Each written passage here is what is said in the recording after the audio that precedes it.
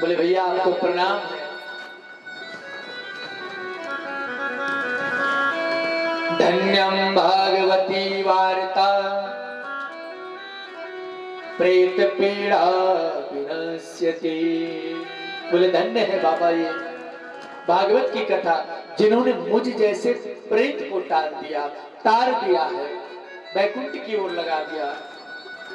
धन्यवाद किया है सभी लोगों के, और केवल वैकुंठ से धुंधकारी के लिए विमान आया। गोकर्ण जी ने पार्षदों से पूछा, बोले बाबा केवल इसी के लिए क्यों विमान आया, औरों के लिए क्यों नहीं आया?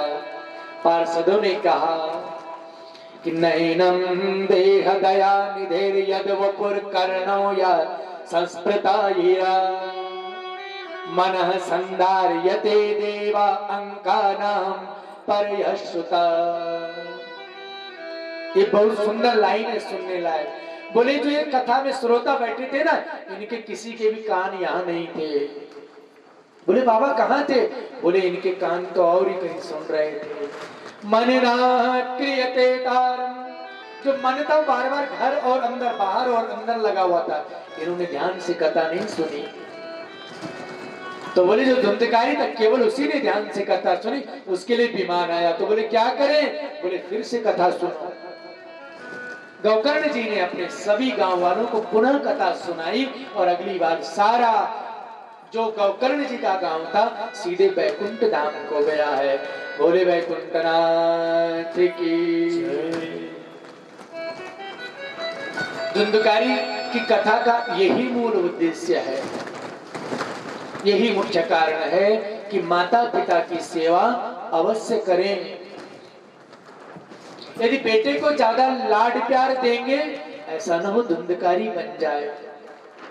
बाद में रोने से बढ़िया है कि पहले उसको दंडात्मक से, अधिकारों से, संस्कारों से सजाकर रखो। 5 साल तक बच्चे को खूब प्यार करो, जितना आपके पास प्रेम है वो करो। 5 से 10 साल तक उसे धीरे धीरे फटकारना, डांटना प्रारंभ करो, और फिर 10 से 15 और 15 से 25 तक जिस प्रकार से बैल की नाथ होती है उस प्रकार से उसे नथ दो, और 25 के बाद उसको नथने की आवश्यकता नहीं है। प्रेम से कहिए जय श्री कृष्ण। 25 के बाद उसका विवाह कर दो, बस फिर तो स्वयं नथ जाएगा। यदा दानम दीयते क्रियमाणा सुयोधना। जितने ज्यादा आप संस्कारों पर जोर देंगे उतना ही आपकी यात्रा सुगम होगी। भागवत जी का मुख्य उद्देश्य यही है। परीक्षित जी को 7 दिन में मरना है, और आप और हम सबको भी 7वें दिन ही जाना है। 8वां दिन बना ही नहीं तो जाएंगे कहां? यही परिधि है हमारी, और इसकी कथा की विधि बताते हैं किस प्रकार से कथा को करना चाहिए। कन्या वहितिर्विवाहे च निमंत्रणम इव द्विजा। जैसे हम अपनी बेटी की शादी की तैयारियां करते हैं ना, बहुत समय पहले से खूब न्योता बंटवाना, लकड़ी काट कर रखना, चावल रखना, दाल रखना, पैसा इकट्ठा करना, अपने बंधु बांधवों को, अपने इष्ट मित्रों को बुलाना, न्योता देना। उसी प्रकार भागवत जी की भी तैयारी करनी चाहिए। जैसे कन्या का विवाह उसी प्रकार से भागवत जी की भी तैयारी। और गांव की विशेष एक और विशेष बात बता दूं कि जिससे अपना बोलचाल न भी हो ना, और यदि भागवत घर में हो रही हो तो हाथ में आप पुष्प लेकर जाएं, उसके चरणों पर रख दें और कहते हैं भाई आज तक जो था वो हो गया, मेरे घर पर भागवत है, भागवत सुनने जरूर आना, क्योंकि ये अमृत वर्षा, ये पंचामृत बंट रहा है। चरणामृत बनाया गया, पंचामृत बांटा गया, ये पंचामृत यदि उसने भी पी लिया तो समझ लीजिए वो भी आपका ऋणी बन गया, वो भी परमात्मा का प्रिय हो गया। जिससे भी द्वेष हो, यदि किसी से बोलचाल न भी हो तब भी उसे न्योता दें, अर्थात दूर दूर तक न्योता बंटवाएं कि आप आए, कथा को सुने, कथा को ग्रहण करें। 4 स्तंभों के सुंदर मंडप बनाए, इस मंडप में अपना सहयोग करें। सेवा बताई गई, भागवत जी की सेवा महाभारत में कृष्ण के, पांडवों के द्वारा किए गए राजसूय यज्ञ से लेनी चाहिए। आप टीवी तो देखते ही होंगे, महाभारत भी देखी होगी आपने। महाभारत में जब पांडवों ने राजसूय यज्ञ किया तो सबको काम बांट दिया। भीम ज्यादा खाने वाले तो बोले आप खाना खिलाने का काम करेंगे। पूरी यज्ञ में भीम जी खाना खिलाते हैं। युधिष्ठिर जी सबके पैरों को धुलकर उनका ससम्मान उन्हें बिठाते हैं। दुर्योधन दान देता है। भागवत जी की जब आप हम सब ये कथा कर रहे हैं, जब कहीं भी कथा हो तो सबसे पहले जो जूठी पत्तलें उठाता है, सबसे श्रेष्ठ सेवा कही गई है जूठी पत्तलों को उठा करके एक जगह रखना। दूसरी सेवा जब कथा सुनने आते हैं, आप जब आए होंगे तो किसी ने कहीं चप्पल रखी, कहीं रखी, बोले दूसरा परिवार का सदस्य कोई भी चप्पलों की सेवा ले ले, वो केवल चप्पलों को ही संभालता रहे और ओम नमो भगवते वासुदेवाय का जाप करता रहे। एक व्यक्ति की जल पिलाने की व्यवस्था दे दी, एक जो आ रहा है उनको स्वागत दिया, कोई बुजुर्ग आ रहा है उसे पानी, कमर दर्द हो रहा हो उसको अच्छा सा गद्दा बिछाकर बिठाएं। ये है सेवा। सेवा का भाव मन में होना चाहिए। आपके गांव में कथा हो रही है, व्यास जी आएंगे, पंडित जी आएंगे, रास्ते में कोई बड़े बड़े पत्थर पड़े हो उन्हें हटा दो, कहीं पर कोई कांटा पड़ा हो उसे हटा दो, सुंदर अगरबत्ती की सुगंध लगाइए, गुलाब जल का छींटा दीजिए, उन मार्गों पर सुंदर मंगल गीत गाइए।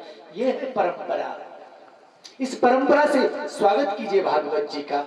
आपने मंगल कलश उठाया ना, सर पर रखा, कलश का अर्थ क्या है? क्या जानते हैं आपने कितना बड़ा यज्ञ कर दिया? बस आपने कलश उठाया, लाए और भोजन पा लिया और समझ लिया हमने आज से कलश का स्थापन कर लिया। ये नहीं है। जिस प्रकार से हमारा व्रत है, आपका भी व्रत है, यजमान परिवार का भी व्रत है। कलश का अर्थ है कलह को शांत करने वाला। कलह क्या? कोई शोरगुल वाला कलह नहीं, हमारे जीवन के ताप, पाप, ताप, संताप। हे परमात्मा, इस कलश के अंदर आपने कई देवताओं का वास हुआ है, जल में कुंभ का वास हुआ है। दैवदानम कलशस्य मुखे विष्णु कंठे रुद्र समाश्रिता मूले त्वया स्थितो ब्रह्मा मध्ये गणतुषागरा मातृगणतुषागरा। अनेक प्रकार के देवताओं को रखा, पांचों पल्लवों को रखा। ये पांच पल्लव कौन कौन से हैं? ज्यादा अच्छी नींद आने का अर्थ है इसके शरीर को आराम मिला, और शरीर को आराम के लिए व्रत नहीं होता। व्रत होता है भगवान को प्रसन्न करने के लिए, आत्म शुद्धि के लिए, आत्म प्रसन्नता के लिए। और कहते निराहार भी नहीं। यदि निराहार भी न रह सको, एक समय भोजन में कई लोग होते उन्हें बार बार भोजन चाहिए, नाश्ता भी करना, दोपहर का भी करना, रात्रि का भी करना, तो शास्त्र कहता है कोई बात नहीं, तीनों समय थोड़ा थोड़ा भोजन करो फिर कथा सुनो। 3 समय आप जब भोजन करेंगे तो कथा आराम से सुनेंगे, प्रमाद नहीं होगा आपके अंदर, आलस्य नहीं होगा। बार बार जब पालती खोलते हैं, बैठते हैं, ये नहीं होगा। तीनों समय भोजन कीजिए, लेकिन भोजन ऐसा हो जिससे भजन हो सके। एवं और कहते क्रोध न करें। इन 7 दिनों में क्रोध भी नहीं करना चाहिए। क्षमा और समानता, बिल्कुल आपकी वाणी में इतनी मिठास हो, इतना मीठा बोले सामने वाले का मन गदगद हो जाए, प्रसन्न हो जाए। किसी की निंदा न करें। गौ, ब्राह्मण और देवालय, कभी भी व्रत के दिन की निंदा नहीं करनी चाहिए। गौ की, ब्राह्मण की और देवताओं की निंदा नहीं करनी चाहिए। आप पूछते नहीं, कोई बात नहीं, मत पूजो भगवान को, लेकिन उसकी निंदा नहीं करनी चाहिए। हो सके कथा में किसी की निंदा ना हो, 7 दिन तक न किसी की निंदा हो, केवल स्तुति हो तो भगवान की हो। रात के जूठे बर्तन सुबह न धोए जाएं,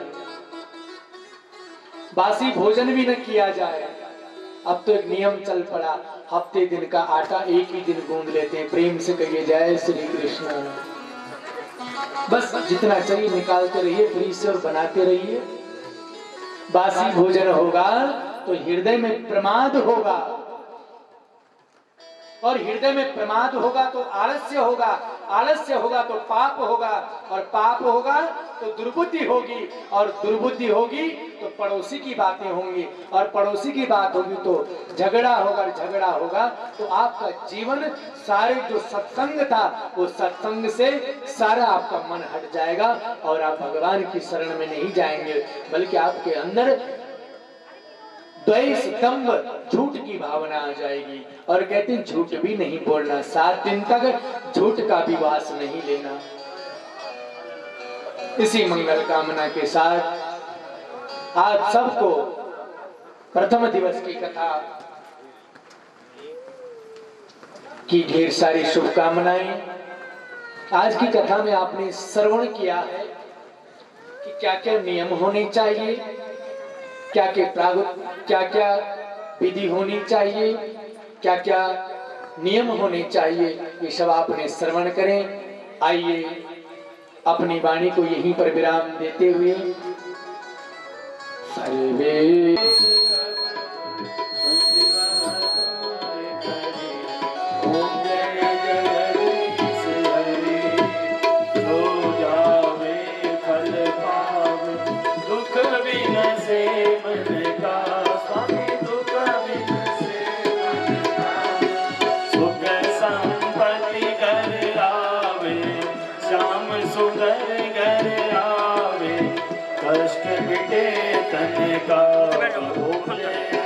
शरण पढ़ू मैं किसकी, स्वामी शरण पढ़ू मैं किसकी, तुम बिन और न दूजा, प्रभु बिन और न दूजा, आस करूं मैं जिसकी, ओम जय जगदीश हरे। तुम पूर्ण परमात्मा, तुम अंतर्यामी, स्वामी तुम अंतर्यामी, पार ब्रह्म पगे स्वामी, ओम जय जगदीश हरे। तुम करुणा स्वामी तुम रक्षा, मैं मोदक खल कामी, मैं सेवक प्रभु स्वामी, कृपा करो बरता, ओम जय जगत। मैं मूरख खल कामी, मैं सेवक प्रभु स्वामी, कृपा करो बरता, बंधु दुख हरता, ठाकुर तुम मेरे, स्वामी रक्षक आप मेरे, दया कर शरण लगाओ, द्वार पड़ा मैं तेरे, ओम जय जगदीश हरे। विषय विकार मिटाओ, पाप हरो देवा, स्वामी कष्ट हरो, सदा भक्ति बढ़ाओ, निर्मल प्रेम बढ़ाओ, संतन हरि सेवा, ओम जय जगत। तन मन धन सब है तेरा, स्वामी सब कुछ है तेरा, तेरा तुझको अर्पण, प्रभु जी का प्रभु को समर्पण, क्या लागे मेरा, ओम जय जगत। श्याम सुंदर जी की आरती जो कोई नर गावे, स्वामी प्रेम सहित गावे, कहत शिवानंद स्वामी मन भजत हरे हरे, मन वांछित फल पावे, ओम जय जगदीश हरे, जय जगदीश हरे, स्वामी जय दीनानाथ हरे, भक्त जनों के संकट, दास जनों के अवगुण, बंसरी वाला दूर करे, ओम जय। परिपूर्ण गौरम करुणावतारम, वसंतम हृदयारविंदे, भवं भवानी सहितं नमामि, लीलाम्बुजय समारोपितवाम भागं ताणौ महासायकचारुचापं नमामि रामं रघुवंशनाथं मनोजवं मारुतुल्यवेगं जितेन्द्रियं बोधिमतामरितं वातात्म्यं वादयतु श्रीरामदूतं शरणं प्रपद्ये देवी प्रपन्नाद्य देवी चराचरस्य पात्रमध्ये स्वाम्भोऽयं रामिदं केशवोपरि अङ्गलग्नमनुष्याणां सर्वकष्टं सचन्द्रचतुर्पूर्वेशाद्याः सन्ति देवाः ॐ राजाधिराजाय प्रसीदसायिने नमो वयं वै श्रवणाय कुर्महि शमे कामान् कामकामाय मह्यं कामेश्वरो वै श्रवणो ददातु कुबेराब्जे पूर्णाङ्गजातिकरवेरसालपुष्पै बिल्वप्रभालतुलसीदलमञ्जरीभिः त्वां पूजयामि कालो भवानि च पुष्पाञ्जलिर्मया कृतं ग्रहाणां परमेश्वरः सांगाभ्यां सपरिवाराभ्यां सायुधाभ्यां सत्यकाभ्यां श्रीराधाकृष्णाभ्यां दिव्यमन्त्रपुष्पाञ्जलिं समर्पयामि। बोलो बांके बिहारी लाल की, शंकर भगवान का, गौ माता की, गौ हत्या गंगा मैया की, सनातन धर्म की, बद्री विशाल धाम की, उत्तराखंड पावन धाम की, नमः पार्वती पते हर हर महादेव। सभी लोग व्यासपीठ की परिक्रमा करके उसके बाद चरणामृत एवं प्रसाद ग्रहण करें। आइए इसी भाव के साथ आप लोग मेरा छोटा सा मन ले लो राधा मोहन नजराना, मेरा छोटा सा मन ले लो राधा मोहन नजराना, वो ज्ञान भक्ति का दे दो खजाना, ज्ञान भक्ति का दे दो खजाना, मेरा छोटा सा मन ले लो राधा मोहन नजराना, वो ज्ञान भक्ति का दे दो खजाना, ज्ञान भक्ति का मेरा छोटा सा मन ले लो राधा मोहन नजराना, वो ज्ञान भक्ति का दे दो खजाना, ज्ञान भक्ति का दे दो खजाना। श्री राम जय राम जय जय राम, श्री राम जय राम।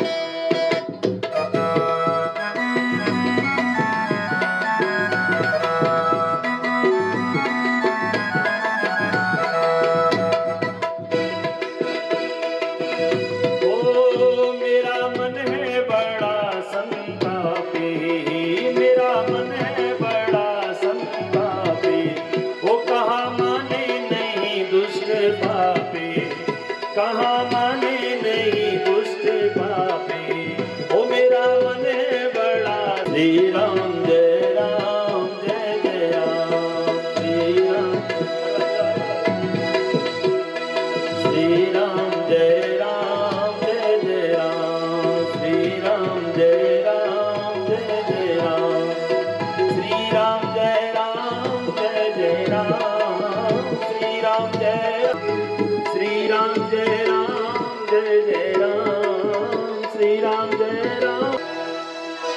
बोलो बांके बिहारी लाल की, शंकर भगवान की। सर्वे भवन्तु सुखिनः, सर्वे सन्तु निरामयाः, सुशान्तिर्भवतु।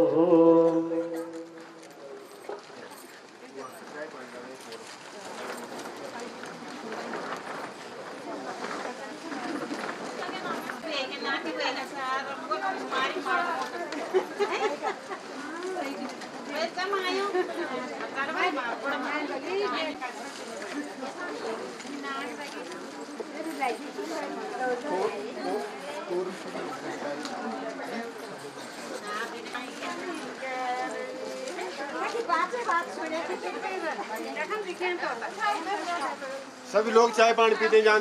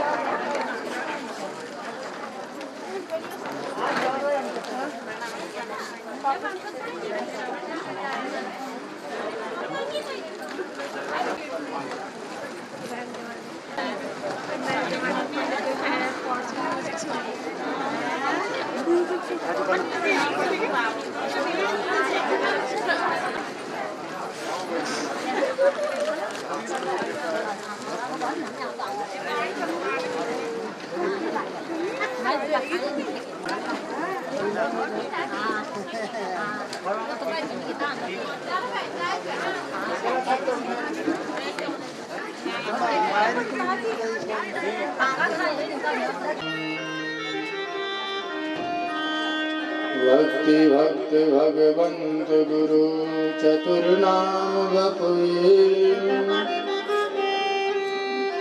इनके पद वंदन किए नासत विघ्न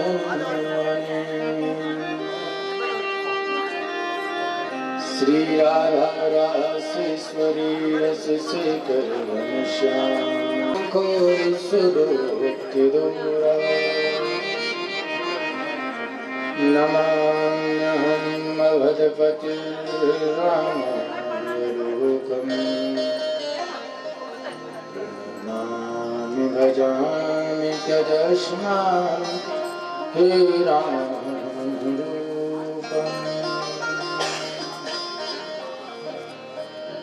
बोली भागवत महापुराण की सुखदेव जी महाराज की आज की आनंद की जय विप्र मंडली की जय यजमान मंडली की जय आवाहित प्रतिष्ठित देवताओं की जय सुरकंडा मैया की जय हनुमान जी महाराज की जय आवाहित प्रतिष्ठित इष्ट कुल देवताओं की जय ओम नमः पार्वती पतये हर हर हर महादेव।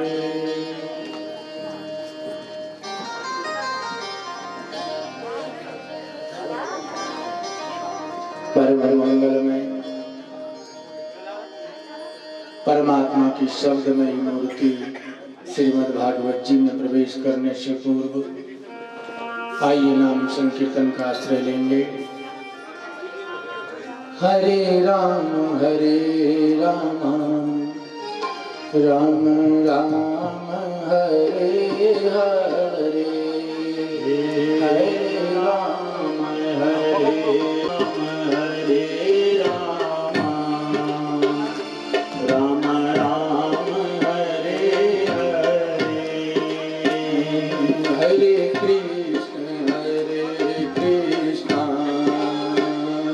कृष्ण कृष्ण हरे हरे हरे कृष्ण कृष्ण कृष्ण हरे हरे हरे राम राम कृष्ण कृष्ण हरे हरे हरे कृष्ण कृष्ण कृष्ण हरे हरे हरे राम राम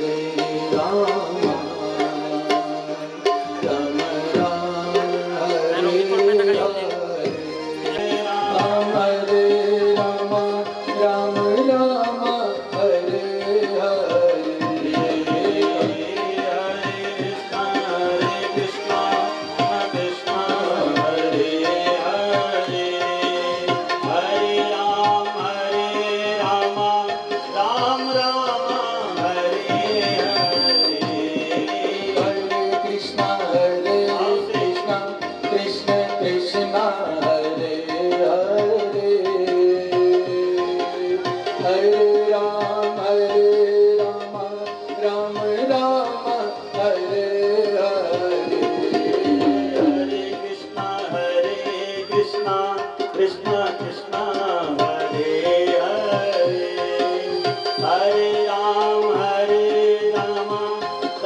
राम हरे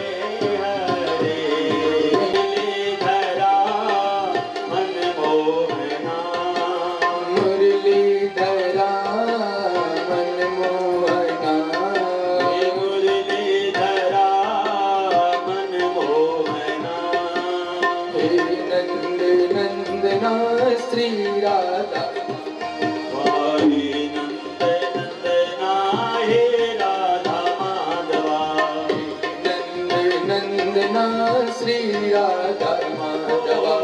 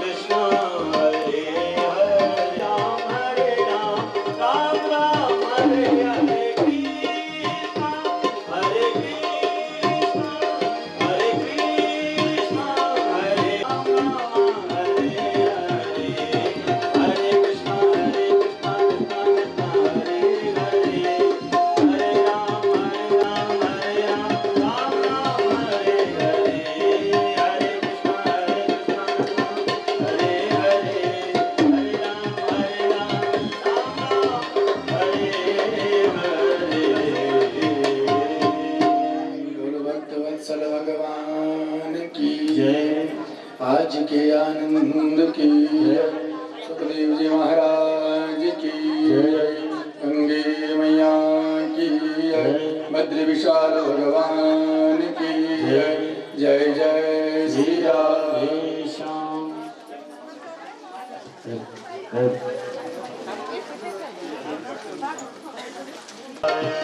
श्रीमन नारायण नारायण नारायण श्रीमन नारायण नारायण नारायण नारायण नारायण नारायण। तो सबसे पहले ज शब्द का उच्चारण हुआ है। ये ज्वलनशील शब्द है। ज शब्द जहां जहां आया है वहां समझ लीजिए अंतर मन की पीड़ा कहना चाहते हैं व्यास जी। जन्माद्यस्य यतोऽन्वयादितरतस्। अन्वय कहते हैं एक दूसरे की विनिमयता अर्थात एक दूसरे का आदान प्रदान करना, व्यापार करना। जैसे हम भगवान की भक्ति करते हैं तो भगवान हमें अपने अनुयायी बनाते हैं, अपनी शरण में लेते हैं, अपनी चरण शरण ग्रहण करवाते हैं, अपनी कृपा का प्रसाद हमें प्राप्त कराते हैं। जन्माद्यस्य यतोऽन्वयादितरतस् चारथैष विद्या स्वराट्। बोले आप और हम तो नारायण को नहीं जान पाते हैं, यहाँ तक कि ब्रह्मा बाबा भी नारायण को नहीं जान पाए। आगे की कथा में आपको श्रवण करने को प्राप्त होगा कि एक बार ब्रह्मा बाबा ने भगवान कृष्ण की गायों और मित्र ग्वालों को सबको चोरी करके ब्रह्मलोक में रख दिया था। और क्या अपराध था भगवान का? केवल एक ही अपराध किया था भगवान ने, और वो केवल इतना सा अपराध था कि ग्वाल वालों के साथ में जूठन जो घर से कलेवा लाते हैं ना, उस कलेवे के जूठे को ग्रहण कर लिया। और आज ब्रह्मा बाबा ने जो भगवान को देखा, ब्रह्मा विधि के देवता हैं, क्या नहीं खाना, क्या खाना, क्या करना, क्या नहीं करना, ये सारा काम ब्रह्मा जी का है। ब्रह्मा जी ने जैसे ही आज ठाकुर जी को जूठा खाते देखा, उनके मन में शंका हो गई। कहते हैं ये नारायण हो ही नहीं सकता, और यदि ये नारायण नहीं है तो ये कौन है? जरा मैं इनकी परीक्षा लेता हूँ। और आज ब्रह्मा बाबा के मन में नारायण की परीक्षा लेने की युक्ति सूझी है। बुद्धि में विकार हुआ। जब हमारे मन में अनन्य शरणागति न हो, परमात्मा के प्रति भक्ति न हो, तब तक आप परमात्मा की जब तक अनन्य भक्ति न हो, तब तक आप अपने जीवन में भगवान को प्राप्त नहीं कर सकते। उसके लिए जीवन में कुछ मूल आवश्यक वस्तुओं का होना परम आवश्यक है। अपने जीवन में सबसे पहले तो आप सरलता रखिए। आप जितने सरल बनेंगे, जितने सहज बनेंगे, जितने सुगम बनेंगे, उतने ही आप भगवान के निकट जाएंगे, परमात्मा के निकट जाएंगे। ब्रह्मा बाबा ने आज जब ठाकुर जी को जूठा खाते हुए देखा तो ग्वाल वाले चोरी कर लिए। ठाकुर जी ने कहा बाबा कोई बात नहीं, आपने ग्वाल वाले चोरी करे, ठाकुर जी ने अपनी माया से और भी ग्वाल वाले उत्पन्न कर दिए हैं। जैसे ग्वाल वाले ब्रह्मा जी ले गए वैसे ही प्रत्युत्तर और ग्वाल वाले अपने नगर में रख दिए। ब्रह्मा बाबा जब उन्हें देखने आए तो विस्मयम परमम ययो, बड़ा विस्मय को प्राप्त हुए हैं। बेचैनी हुई कि वो तो मेरे पास में ब्रह्मलोक में यहाँ कैसे आए हैं, वापस आए हैं। ब्रह्मा जी ने ठाकुर जी के पास में गए, बोले बाबा ये कौन सी लीला है आपकी। यावद यष्टि विषाण वेणुदल से गए यावद विभूषांबरम यावच्छील गुणाकृता विधिवयो यावद विभूषांबरम। नकल भी करी भगवान जी ने तो कैसे करी, जैसा उन ग्वाल वालों का स्वभाव था वैसे ही स्वभाव अपने उन ग्वाल वालों का बनाया जो उनकी अपनी रचना थी। तो व्यास जी कहते हैं कि हे नारायण, आपसे तो ब्रह्मा बाबा जो आपके साथ में रहते हैं, आपके बराबर कार्य करते हैं, जब वो भी आपको नहीं समझ पाए तो हम साधारण मनुष्य आपको क्या समझ पाते हैं। मोयंती सूर्या, देवता भी मोह में पड़ गए हैं। तेजो वारि मृदाम यथा विनिमयो, तेज कहते हैं सूर्य को, वारी वर्षा को, यथा मृदाम मिट्टी, ये जो कुछ भी प्रकृति से हमें प्राप्त होता है ना, हवा पानी सूर्य का प्रकाश, ये सब प्रकृति का गुण है, प्रकृति का स्वरूप है, ये कभी बदलता नहीं है। हवा की गति बढ़ सकती है, सूर्य की गर्मी बढ़ सकती है, जल की अधिकता हो सकती है, लेकिन कभी जल अपनी शीतलता को नहीं छोड़ता, सूर्य अपने तेज को नहीं छोड़ता, हवा अपनी शीतलता को नहीं छोड़ती। तो हे नारायण, जिस प्रकार से आपने इन सब वस्तुओं का मिश्रण एवं विनिमय के, तेजो वारि मृदाम यथा विनिमयो यत्र त्रिसर्गो मृषाम धाम्ना स्वेन सदा निरस्तकुहकं सत्यं परम धीमहि। भगवान के 3 धाम बताए गए हैं, श्री वृंदावन, गोकुल और मथुरा।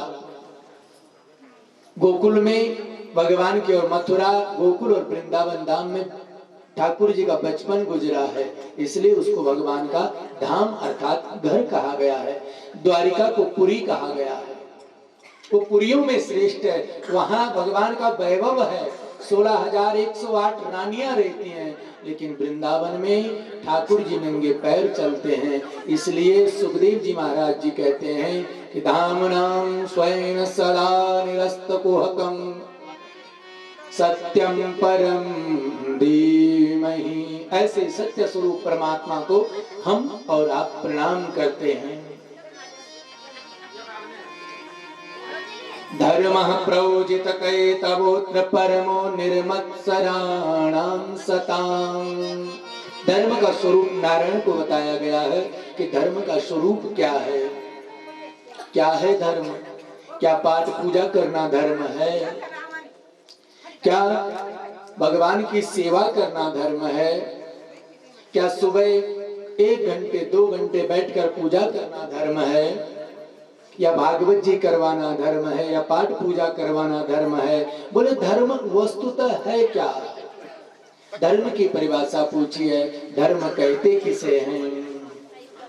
परहित सरिस धर्म नहीं भाई, पर पीड़ा सम कछु अधमाई। परहित सरिस धर्म नहीं भाई, पर पीड़ा सम नहीं अधमाई। परहित धर्म नहीं भाई, पर पीड़ा कछु सन अधमाई। परहित सरिस धर्म नहीं भाई, पर पीड़ा सम नहीं अधमाई। मंगल भवन हरि जब सुदशरथ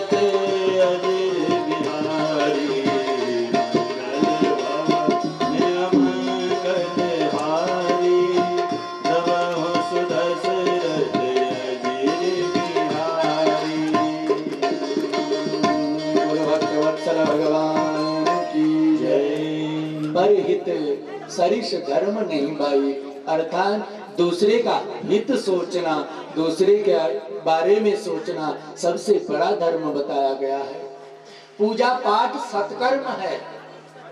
पूजा करना, पाठ करना, देवताओं का पूजन करना, आरती करना, मंदिरों में जाना, देवालय में जाना, श्रीफल प्रसाद भेंट चढ़ाना, दान देना, दक्षिणा देना, ये सारे का सारा धर्म। 32 दांतों के समूह के अंदर भी कैद नहीं रहती, जब मर्जी होती तब चल जाती है, बोल लेती है। इसीलिए हमेशा ऐसी वाणी का प्रयोग करें, ऐसे शब्दों का प्रयोग करें जो दूसरे को कष्ट न दे।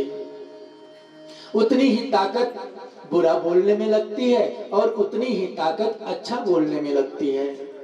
ऐसा तो है नहीं कि अच्छा बोलेंगे तो ज्यादा ताकत, ज्यादा एनर्जी हमारी समाप्त होगी या खत्म होगी।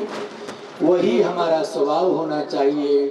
हम किसी से भी, चाहे वो शत्रु हो, मित्र हो, परा हो, द्वैत हो, अपना हो, सगा हो या कोई दूर का हो, सबसे वाणी की मिठास अर्थात वाणी की सरलता होनी चाहिए। आपका जीवन सरल बन जाएगा। यदि आपके पास में सरलता होगी तो सहजता भी होगी, और सहजता होगी तो सुगमता आएगी, और आपके अंदर यदि सुगमता आ गई तो समझ लीजिए ठाकुर जी आपके घर पर आ गए हैं। यशोदा माँ क्या करती है? यशोदा के घर में ही ठाकुर जी ने जन्म क्यों लिया? माँ देवकी ने ही क्यों जन्म दिया है? माँ यशोदा का जो स्वभाव है ना, वो एकदम सरल है, सहज है, सुगम है। जब उनके घर में संतान नहीं हुई यशोदा जी के घर पर, तो नंद बाबा ने कही, बोले बाबा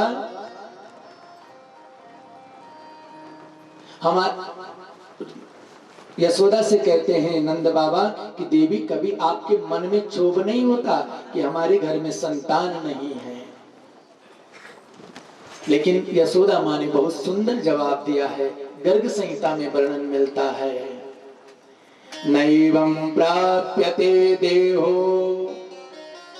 देहिनां क्षणभंगुरः देहे कृत्या पापोऽयं मृतकलशान् बुभुक्षया।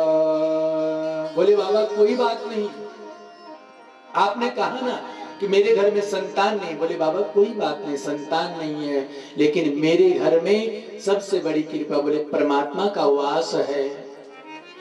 भगवान की मुझ पर इतनी बड़ी कृपा है कि मुझे आपके संग में वैवाहिक जीवन को व्यतीत करने का समय मिला। कल्पते, जिसकी कल्पना नहीं की जा सकती।